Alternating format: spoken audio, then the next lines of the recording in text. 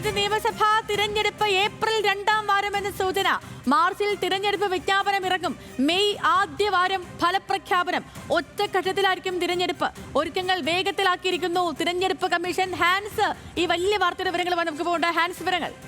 സേതു, നിലവിൽ നമുക്ക് ലഭിക്കുന്ന വിവരമനുസരിച്ച് സംസ്ഥാനത്തെ നിയമസഭാ തെരഞ്ഞെടുപ്പ് ഏപ്രിൽ 2-ാം വാരം നടക്കുമെന്നാണ് അറിയാൻ കഴിയുന്നത്. ഏപ്രിൽ 6-ന് ശേഷം തെരഞ്ഞെടുപ്പ് നടക്കും സംസ്ഥാനത്ത്. 6-നും 11-നും ഇടയ്ക്കായിരിക്കും നിലവിൽ തെരഞ്ഞെടുപ്പ് കമ്മീഷൻ നൽകുന്ന വിവരമനുസരിച്ച് തെരഞ്ഞെടുപ്പ് നടക്കാനുള്ള സാധ്യത. ഒപ്പം തന്നെ മാർച്ച് മാസം തെരഞ്ഞെടുപ്പുമായി ബന്ധപ്പെട്ടുള്ള വിജ്ഞാപനം ഇറക്കും. മെയ് ആദ്യവാരം തന്നെ ഫലപ്രഖ്യാപനം ഉണ്ടാകും.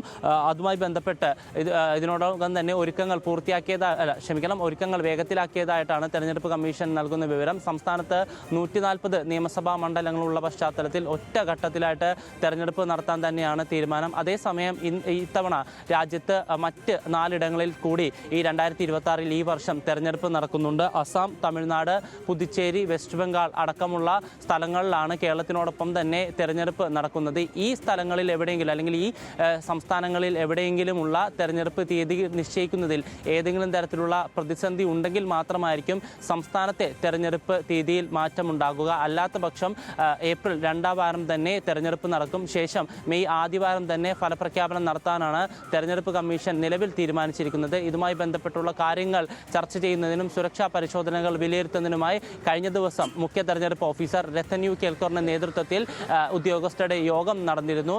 എന്തായാലും ഈ തെരഞ്ഞെടുപ്പ് ഏപ്രിൽ 2-ാം വാരം തന്നെ നടക്കുമെന്നാണ് നിലവിൽ നൽകുന്ന സൂചന.